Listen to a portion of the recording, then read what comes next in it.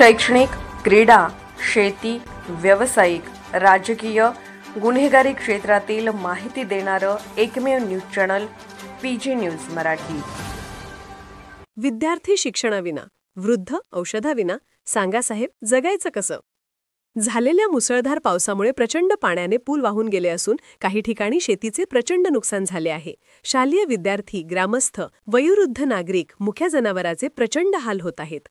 नागरिक संतप्त झाले असून अहिल्यानगर जिल्ह्यातील श्रीगोंदा तालुक्यातील खरातवाडी गावातील हंगा नदीवरील दगड-मातीचे कच्चे पूल पुराच्या पाण्यामुळे वाहून गेल्यामुळे टेकड वस्ती, इथापे मळा, भापकर वस्ती, पंधरकर वस्ती, विष्णूचा वाडा या परिसरातील वयोवृद्ध नागरिक, शालेय विद्यार्थी, शेतकरी तसेच मुख्य जनावरांचे प्रचंड हाल होत असून अत्यावश्यक व आपत्कालीन सुविधेपासून नागरिकांचा गावाशी संपर्क तुटला असून प्रशासनाने कुठलीही मदत या भागातील नागरिकांच्यासाठी केलेली नसल्याने या भागातील नागरिक प्रशासनाकडून मदतीची अपेक्षा मिळण्याची वाट पाहत आहे।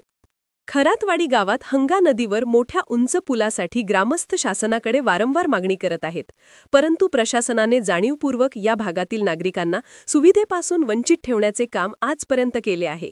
पंचक्रोशीतील नागरिकांचा नदीपात्रातील पुलामुळे संपर्क तुटला असल्याने शालेय विद्यार्थ्यांचे शिक्षण घेण्यासाठी जीवघेणा प्रवास नदीपात्रात करावा लागत आहे।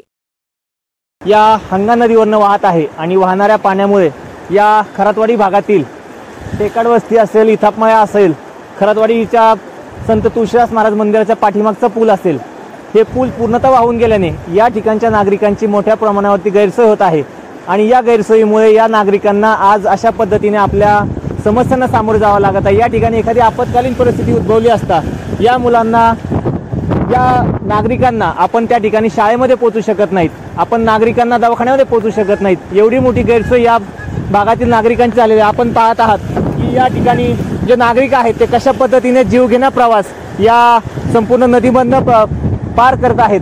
माझी प्रशासनाला अशी विनंती आहे की या नागरिकांची समस्या जाणून घेऊन, या नागरिकांची गैरसोय जाणून घेऊन या हंगा नदीवरती असणाऱ्या टेकड वस्ती असेल, त्यानंतरनं इथापेमळा आहे, त्यानंतरनं खरातवाडीचा जो भाग आहे त्या ठिकाणी नळ्यांची उपलब्धता करून देऊन या नागरिकांची होणारी गैरसोय थांबवावी।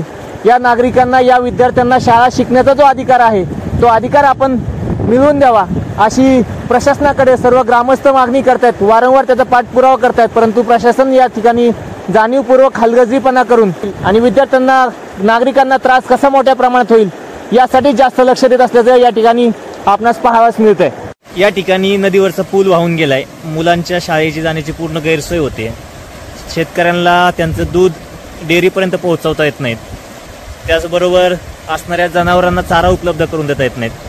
तुम्ही ग्रामस्थ म्हणून कधी शासनाकडे पाठपुरावा केलाय का? आम्ही अनेकदा ग्रामपंचायत असेल, पंचायत समिती असेल, जिल्हा परिषद असेल, त्यानंतर इथले जे कोणी प्रतिनिधी असतील, आमदार म्हणून यांच्याकडे वारंवार या पुलासंदर्भात आम्ही मागणी केली, पण कित्येक वेळा मागणी करून आमच्या मागणीला कोणीही दाद दिलेली नाही आहे आणि हा गेले 8 ते 10 दिवस झाले आम्ही हा आमच्या जीवनाचा खडतर प्रवास करीत असताना हा पूल प्रत्येक वर्षी पाणी आल्याच्या नंतर, महापूर आल्याच्या नंतर वाहून जातो आणि 2 ते 3 महिने या पुलामधून आम्हाला नेहमी अशाच प्रकारचा प्रवास करावा लागतो।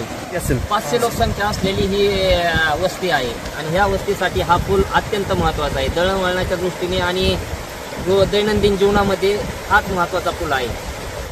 आमची सगळं ग्रामस्थांची विनंती आहे की हंगा नदीवरच्या पुलासाठी तात्पुरत्या स्वरूपाचे काही का होईना आमचं या ठिकाणी पुलासाठी आम्हाला निधी उपलब्ध करून देऊन आमच्या येण्या जाण्याचा प्रश्न जो आहे तो शासनाने मार्गी लावा अशी आमची सर्व ग्रामस्थांच्या वतीनं शासनाला एक विनंती आहे। मी शासनाला काय सांगणार?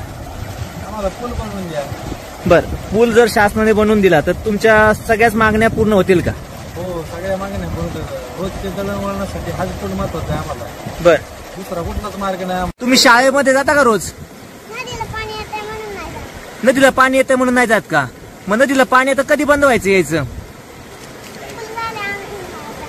तिथं पूल झाल्यावर तुम्ही शाळेत जाणार का? तुमचं साधारणतः किती लिटर दूध असतं आणि जे रोज तुम्ही डेअरीला घालता? आमचं 30-40 लिटर दूध असतं। तीन साधारणतः तुमचं 70-80 लिटर दूध काय डेअरीला घालता येत नाही, दूध घरीच फेकून द्यावं लागतं, दूध खराब होतं। म्हणजे या ठिकाणी या भागामध्ये आम्हाला घरापासून डेअरी अर्धा किलोमीटर अंतरावरती आहे, पण दूध घेऊन जाण्यासाठी 5 किलोमीटर जावं लागतं। म्हणजे 5 किलोमीटरचा प्रवास या नागरिकांना या ठिकाणी करावा लागत आहे आणि जीवघेणा प्रवास या सर्व नागरिकांना, विद्यार्थ्यांना करावा लागत असल्यामुळे या भागातील नागरिकांची मोठ्या प्रमाणावरती गैरसोय होत असल्याचे आपणास दिसून येत आहे। तरी शासनास सर्व ग्रामस्थांच्या वतीने अशी विनंती आहे की शासनाने याबाबत तात्काळ अशा उपाययोजना काय करता येतील त्याकडे लक्ष देऊन या नागरिकांची होणारी गैरसोय थांबवावी। धन्यवाद।